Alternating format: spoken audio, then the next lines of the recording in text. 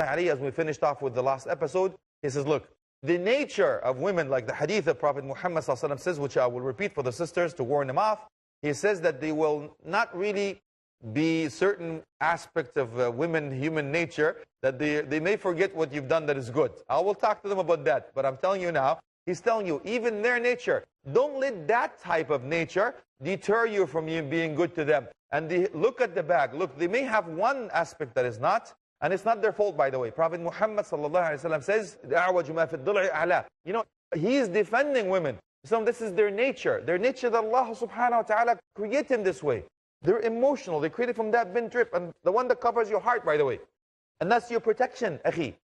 That's what I'm trying to tell you. Look how the creation and it comes back. Even Prophet Muhammad ﷺ was defending women. Says this is their nature. تَمَتَّعُوا بِهِنَّ عَلَىٰ عِوَجِهِنَّ. Enjoy them as is. So he said, don't let that deter you away from this. So please make sure that you come back and make sure that you have this gardener's hat on. So you're going to invest in this garden. Now I'm asking you to look into the example of garments. The garment is what? We said that it beautifies you. We said don't fish for faults. Don't look for the negative. You look for the positive. And what else does it do? The garment protects you. So what are you supposed to do, akhi? You're supposed to protect your wife. As we mentioned before, away from the hellfire, take her to Jannah. So how is that be? How is that be that I'm supposed to protect her? Because Allah subhanahu wa ta'ala mentioned that. The garments does that. And of course, that he says that the garment not only protects you from the heat of the sun and the cold of the winter, you're supposed to protect one another, harm one another. And he says also, he beautifies you. So what are you looking for? You're looking for the beauty of one another. And that's what the garment does. Not only that, it's the closest thing to your skin, which keeps your secret. I am asking you, my dear brother, do not talk about your wife to anyone, period. Look at the righteous Sahabi radiallahu anhu. He wanted to divorce his wife. And then people wanted to know, why do you want to divorce your wife? You know what he said? We will address divorce a little bit issues, inshallah, briefly, maybe the later episodes. And we will talk about the positive. We'll finish with the positive, inshallah. But these are the issues I'm trying to deter you, trying to be proactive. Here are the reasons for divorce. I'm going to try to keep you away from that, inshallah. Ameen. So the Sahabi radiallahu anh, he says, I want to divorce my wife. They asked him, why do you want to divorce your wife? You know what he said? Because she did 2, 3, 4, did to my family, did blah, to me this, she doesn't do this for me, she doesn't blah, blah. She's not obedient. Did she air out the dirty laundry? La wallahi, Allah subhanahu wa ta'ala said, La tansaw al-fadla baynakum. Don't forget the good between the two of you. Didn't he say, وَمَن يَتَّقِ اللَّهَ يَجْعَلْ لَهُ مَخْرَجًا وَيَرْزُقْهُ مِنْ حَيْثُ لَا يَحْتَسِبْ? It's in Surah Al-Talaq, the Surah of divorce. If you have taqwa, Allah will find a way out from you from every difficulty, make it ease, and give you a source of sustenance that you never thought of. So you know what he said? He says, لَا أَتَحَدَّثُ عَنْ زَوْجَتِي. Listen, wallahi, akhi. Even when he wanted to divorce her, that means that's it, man. He tried his best, and you know what? Nothing is working. He still said, I do not speak about my wife. Isn't that amazing? Yeah, so from now on, your homework now, you do not speak about your wife, period. Only what's good, but not anything else, especially to your parents, as we talked about it before. Now the woman was divorced, iddah was over, she married somebody else. He was now asked, okay, you didn't want to talk about your wife, she's married to somebody else. You know what he said? Oh, okay, yeah, no problems, I can tell you now the reasons. Oh, whew, now she's not my wife, I can talk about her. You know what he says? أَنَا لَا أَتَحَدَّثُ عَنْ زَوْجَةِ غَيْرِي. Allahu Akbar. And I do not talk about somebody else's wife. Ya salam. Isn't that amazing? But what do you do now? You know, Facebook, Twitter, you know, details at 11, BBC, this, and on Reuters, you know, everything. You're airing the dirty laundry, you're talking to everybody else, and you know, secrets, akhi. You're supposed to keep the secrets because of the garments example. Secrets. And what is the secret? You're supposed to keep that. Subhanallah, ajib wallahi. How could that be possible, akhi? Isn't that amazing? So please keep the secrets in. The garments example is also alluding that she has physical rights, she has intimate rights. Now, look, I'm not going to go into the details on this issue because it's another talk, but it will allude to it. Some of the scholars says at least once every 4th day she has the right, because of Islam gives you the right to marry 4 wives. And oh boy, I'm in trouble already. May Allah help us, inshallah. But since we don't do politics here, we'll just move on, inshallah. But at least some of the scholars says that once every 4 nights. And some of the scholars says once every menstrual period. And some of the scholars says every 4 months, because the army goes away for 4 months and come back on the exchange, according to one proof. But please look after your wife, my brother. She has rights, otherwise what will she do? Where does she go? You are, again, I'm asking the sisters to look after you. I'm also asking you to look after her. So a good brother always looks after his wife first, akhi. Because you are the one you're supposed to look after. That's your measuring stick. Now let me talk about a little bit before we go on this episode. Hopefully we can seal the deal on this one when it comes to the financial rights. Okay? All of that stuff was non-financial. I'm just going to financial rights. So on her financial right, first of all, the dowry. I understand that this is a sensitive issue, especially in some areas around the world. That's fine. Remember, I'm going to tell you what Allah subhanahu wa ta'ala said in the Quran and the Prophet Muhammad sallallahu alaihi wasallam said in the Sunnah. Fair enough? Okay. Now, if you don't like it, then maybe you can meet Allah subhanahu wa ta'ala on Judgment Day. Say, you know what, I don't like the Quran, Ya Allah. Subhanallah, ajib wallahi. Ya Rasulullah, I don't like the Sunnah. Ajib. I like these people more. Because you know what, I was born and raised here, and that's how we do things here. It doesn't matter now what the Quran says, and it doesn't matter what the Sunnah is. It doesn't matter, because I care for the creation more than the Creator. I fear people, I don't fear my Creator. I follow tradition, not religion. And that's what I'm going to re-emphasize. And I said before, wallahi, I can take the heat, akhi. I can understand that you may not like me at this point because of I'm offending you. Wallahi, I'm not offending you. Why should I be offending you? I had said before, I'm not going to give up on you. I want you to go to Jannah. So I'm trying to help you. Unsur akhaka zaliman aw mazluma. Didn't Prophet Muhammad sallallahu alaihi wasallam said that? Just help your brethren if he is being oppressed or the oppressor. He understood how if he's being oppressed, but how do I help him when he's being the oppressor? Just stop him from doing the oppressive act. That's how you can help him. I'm trying to wake you up. Maybe you didn't know. Maybe you had no idea that this ayah existed in the Quran or the hadith existed. I ask you, my dear brother and sister, listen to your heart. I have to take a break, inshallah, but let me talk about this. I do apologize for being emotional. It's one of my things I do. Come back next break, and hopefully we can calm down. We'll see you then, inshallah. Jazakumullah anna khayra. Wassalamu alaikum wa rahmatullahi wa barakatuh.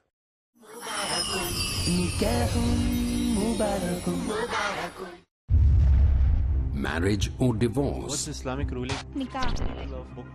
Solution or problem? Heaven or hell? There is a misconception. You choose. Beauty, wealth, family status, virtue. Decide what you want. Decide your choice. Be sad or be happy. It's your choice. Join Dr. Zakir Naik in Better Half or Bitter Half every Friday at 6:30 p.m. and repeat telecast at 9:30 a.m. UK on Peace TV. The students of Islamic International School, Chennai.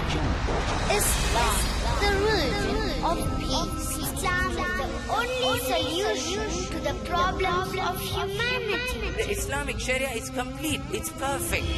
Vision, focus, faith, firm. Allah subhanahu wa ta'ala says in the Quran, Enter into the religion of peace, Islam. We are the followers of the religion of peace. Ability, outstanding. The Quran, from cover to cover, is a message of peace. And the last and final instruction manual for the human being. It is the glorious Quran.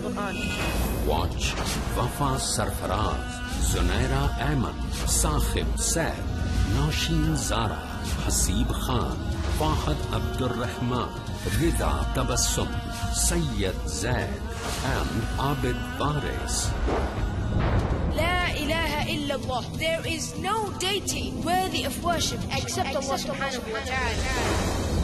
As these righteous and dedicated dais from Islamic International School, Chennai, present the way to achieve true success in Ambassadors of Islam. Next on Peace TV.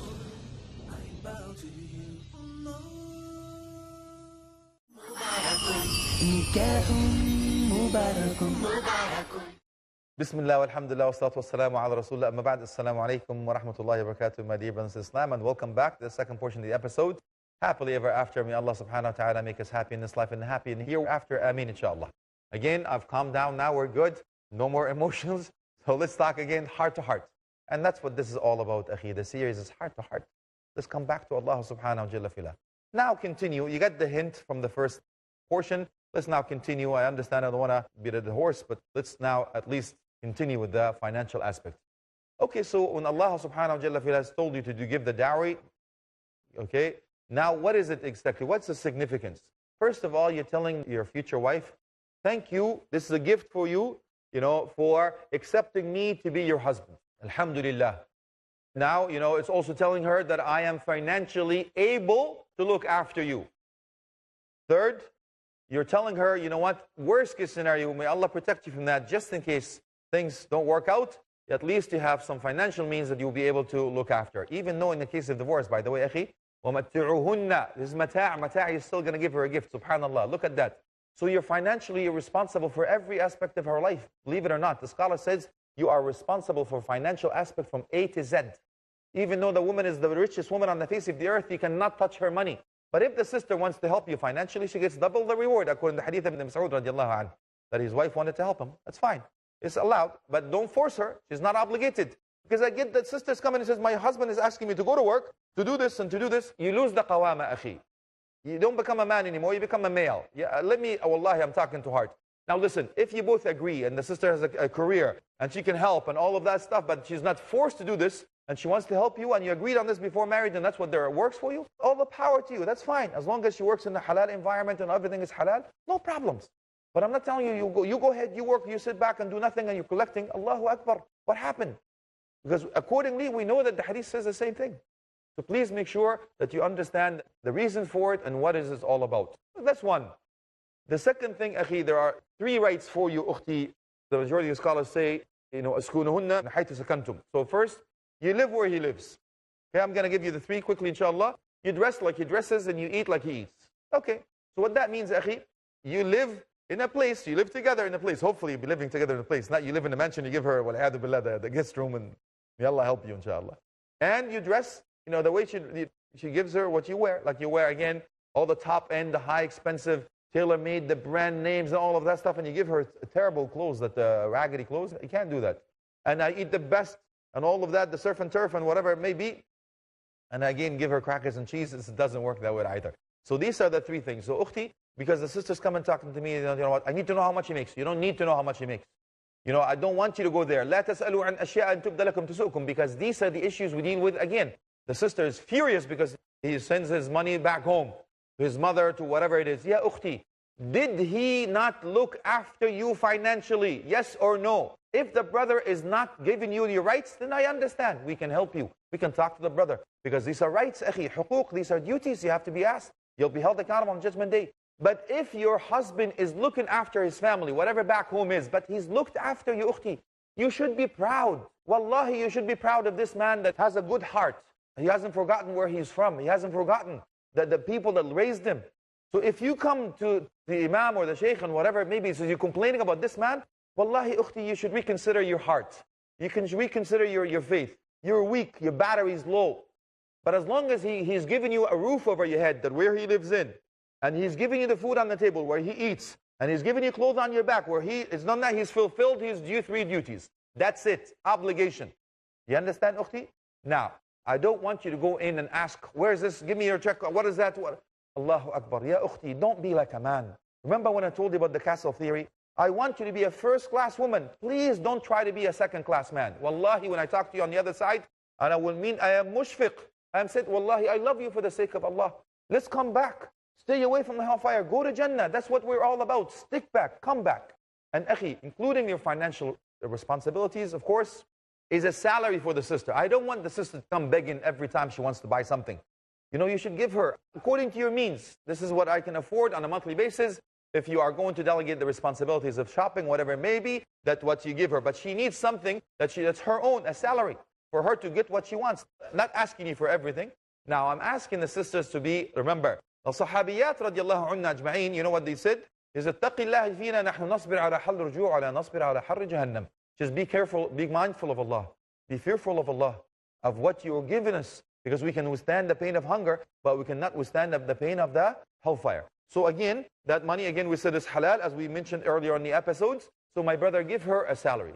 Now I'm asking you, sister, please, if you want to buy this fancy dress and you want to buy all that stuff, but if your salary is this much, that means it will take 3 months to do it. Let's take it 3 months. I don't care. But don't ask him anymore now. Don't ask for a budget. Otherwise, you know what happens? You're not going to ask him for this. He's not going to go get steal, bribe to get you what you want. La.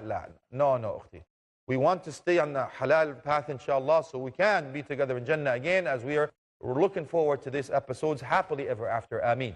Now, my dear brother, if that's the case, please look after your wife. Remember that. What is the best money you spend? We agreed earlier on in the episode, the hadith says the best money you spend is the best money you spend for your family. So please look after them. Now I'm going to give you some financial advice because really the time is running and I want to, cut the episodes on this one, inshallah, then I will talk to the sisters. First, please make sure that you have something what I call the envelope theory. The envelope theory is simple. I don't want you to get in trouble financially. So please live according to your means. Why? Because if you don't live according to your means, you're actually not content with the decree of Allah. Let me explain. So you use your credit card. I'm in debt. Why? Because I live lavishly. I have the best car, the best house, the best furniture, the best clothes, but it's not within means. I don't have this money. I'm borrowing all this stuff. Why am I asking you to stay away from this? Because this is number one reason internationally, globally for divorce. Financial aspect. So why do you live outside of your means? If I have it, I give it. If I don't have it, I don't get it. I don't need it. This life is temporary, akhi. And most of us work so hard that, we buy this best furniture. We don't have time to sit on it. Subhanallah, ajib, wallahi. This life is temporary, my brother. So please make sure you stay within halal means. Now that means you're going to be in debt. You have to do extra things. You're going to lose your family in return. You're going to start paying interest. And all of a sudden, I'm not content with your decree, Allah. I don't belong to this poor people here. I am so and so. I deal with these type of people. That means I have to live this type of life. Allahu Akbar, ya akhi. What happened, my brother? Let's come back, inshallah, to who we are. We submit our will to Allah. We accept the decree of Allah. Whatever you give me, Allah, alhamdulillah, rabbil alameen. And sister, don't push, please. You knew that the brother can afford this. Don't now, after you get married, you hook him, and I want the bling bling. I want all of that stuff, and I want. We don't do that, inshallah. Now, from the means of the financial aspect, my brother, all you have to understand is that if your wife asks for something that is not, then you go back to the salary, let go. I'm going to give you some financial advice. First, address your financial issues. Don't shelf it. It's not healthy. Okay? So when you address it, make sure you address it in a proper manner. Okay, so you sit down, you say, honey, what do you need? And all of that stuff. Okay, here's what we can afford. You don't have to give all the, here's what my paycheck can give it to her and she can deal with it. It's your responsibility. Okay, so address them, don't debate him. And you know what? Also, you have to understand that you can get a third person to come in and look at your finance and say, here's what you can afford and here's what you don't have to afford. When I was talking about the envelope theory, for example, I want to buy a TV, okay? I want to buy a fridge, I want to buy a stove, whatever it is that you want to buy, I want you on this envelope, I want you to write it down, okay? Write it down.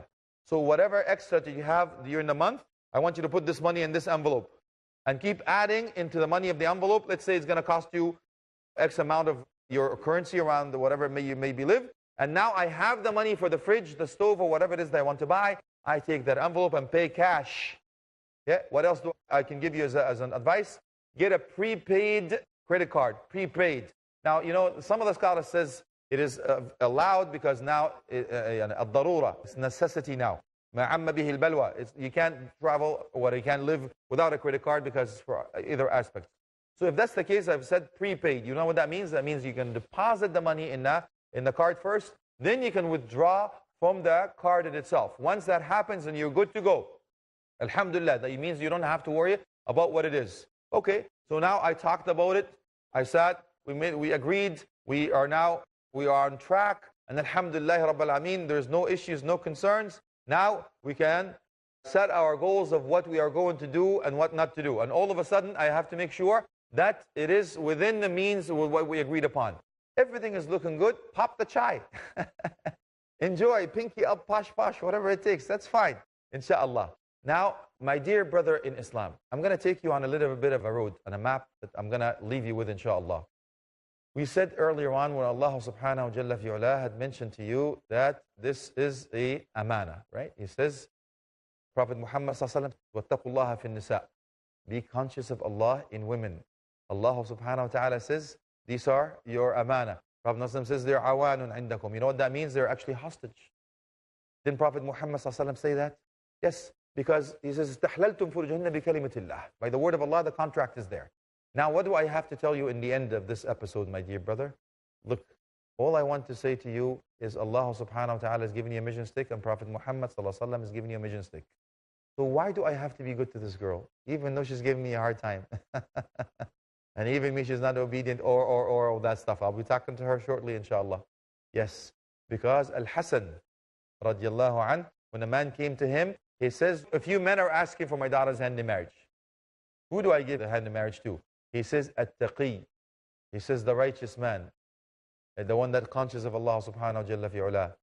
He says, why? He says, in ahabbaha akramaha wa in abghadaha lam yudlimha. Is because if he loves her, what will do? He says he will be generous to her, he will be kind to her, he will pamper her, he will look after her. But if he doesn't like her, he will still not oppress her. Not oppress her. Akhi, I'm going to talk about some certain things about the different types of marriages and what kind of marriages you have and all of that stuff in one other episode, inshallah. But in the meanwhile, I'm only talking to you at this point. Your measuring stick, your wife, I ask Allah subhanahu wa ta'ala to make you the best, inshallah. Wallahi, when I talk to brothers, I said, listen, man, all you're looking for right now is the simple fact that Allah subhanahu wa ta'ala on Judgment Day that will ask you. But that day, my dear brother, just a quick reminder, is not like any other day. 50,000 years. Now I'm going to seal this with a little bit of a scary fact just to make sure that you come back. Why? Because the fact is that you will be held accountable. What is it? That day is 50,000 years. When the sun leaves its orbit, come back to your head. Everybody will be drenched in sweat and you will be held accountable. Where will you go? I ask Allah subhanahu wa ta'ala, the area where you're going to go is away from hellfire to Jannah through your wife, inshaAllah. We're asking Allah subhanahu wa ta'ala to make us among those who listen, teach, and follow the best of it. وآخر دعوانا الحمد لله رب العالمين وصلى الله على آله وصحبه والتابعين جزاكم الله عنا خيرا والسلام عليكم ورحمة الله وبركاته. From this day on forever be true.